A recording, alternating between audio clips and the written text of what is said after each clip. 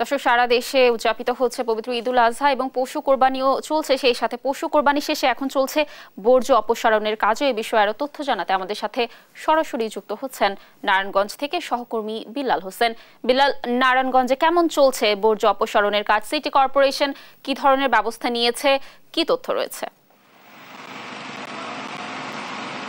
লাবণী, ঈদ মুবারক। প্রতি বছরের মতো এবছরও কিন্তু ঈদুল আজহা উপলক্ষে নারায়ণগঞ্জে কয়েক লাখ পশু কিন্তু কোরবানি করা হয়েছে এবং আজকে একেবারে ফজর নামাজের পরপরই কিন্তু নারায়ণগঞ্জের বেশ কিছু মসজিদে ঈদের জামাত অনুষ্ঠিত হয়। ফলে তখন থেকে এখন পর্যন্ত কিন্তু পাড়া মহল্লার অলিগলি রাস্তাতে কিন্তু এই পশু কোরবানি করা হচ্ছে এবং এই পশুর যে বর্জ্য রক্ত সেগুলো যাতে দ্রুত অপসারণ করা হয় সেই জন্য নারায়ণগঞ্জ সিটি কর্পোরেশনের পক্ষ থেকে কিন্তু গত কয়েকদিন ধরেই নানা ধরনের দিক নির্দেশনা দিয়ে আসছেন এবং আজকে কিন্তু সকাল থেকেই বর্জ্য ব্যবস্থাপনায় যারা দায়িত্বে রয়েছেন তারা কিন্তু কাজ করছেন। সব মিলিয়ে নারায়ণগঞ্জ সিটি কর্পোরেশনের 27টি ওয়ার্ডে প্রায় 1600 পরিচ্ছন্ন কর্মী কিন্তু তারা কাজ করছেন এবং যদি একটু দেখাই দেখবেন যে এবার কিন্তু নতুন একটি অত্যাধুনিক গাড়ি তারা সংযোজন করেছেন যাতে করে সড়ককে বা গলিতে গলিতে যেখানেই পশুগুলোকে জবাই করা হয়েছে বা কোরবানি করা হয়েছে সেগুলো রক্ত বর্জ্য যাতে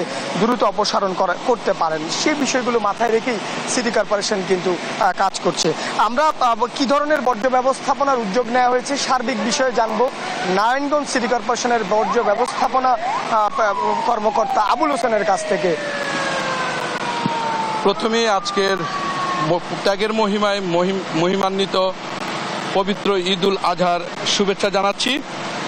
প্রতি বছরের ন্যায় নারায়ণগঞ্জ সিটি কর্পোরেশনের মাননীয় মেয়র ডাক্তার সিলাইনাত আইভি মহোদয়ের প্রত্যক্ষ নির্দেশনায় জোরালো পদক্ষেপ গ্রহণ করেছে। আমাদের আজকের পরিকল্পনার মধ্যে রয়েছে আমরা আমাদের প্রায় 1150 নিয়মিত পরিচ্ছন্ন কর্মীর পাশাপাশি 550 আমাদের অনিয়মিত কর্মী যাদেরকে আমরা রিক্রুট করেছি আজকের এই কর্মটি সম্পাদন করার জন্য। ইতিমধ্যে আমাদের ভিকেল সহ সমস্ত প্রস্তুতি সম্পন্ন হয়েছে।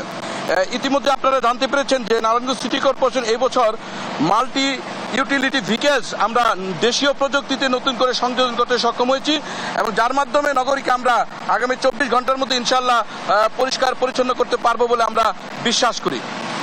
শুনছিলেন সিটি কর্পোরেশনের পক্ষ থেকে 24 ঘন্টার মধ্যেই এই নগরীর যে বর্জ্য সেটি পরিষ্কার পরিচ্ছন্ন করার জন্য উদ্যোগ নিয়েছে। একইভাবে উপজেলা এলাকাগুলোতেও পৌরসভা এবং ইউনিয়ন পরিষদের পক্ষ থেকে বর্জ্য অপসারণের জন্য পরিচ্ছন্ন কর্মীরা কিন্তু কাজ করে যাচ্ছেন। বলা যায় ঈদে যে সড়ক এবং মহাসড়কে যেখানেই বর্জ্য পড়ে থাকবে সেটি কিন্তু 24 ঘন্টার মধ্যে অপসারণ করে নগরবাসীকে একেবারে স্বস্তি দেওয়ার যে উদ্যোগ সেটি কিন্তু নেওয়া হয়েছে। তো এই ছিল আমার কাছে নারায়ণগঞ্জ থেকে বর্জ্য ব্যবস্থাপনার সবশেষ। লাবণী, ধন্যবাদ বিল্লাল আমাদের সাথে যুক্ত থাকার জন্য। দর্শক, যেমনটি বলছিলাম পশু কোরবানির শেষে এখন বর্জ্য অপসারণের কাজ চলছে, সেই সাথে যুক্ত হয়েছে সিটি কর্পোরেশন। এই ব্যাপারে সর্বশেষ তথ্য জানাচ্ছিলেন নারায়ণগঞ্জ থেকে আমাদের সহকর্মী।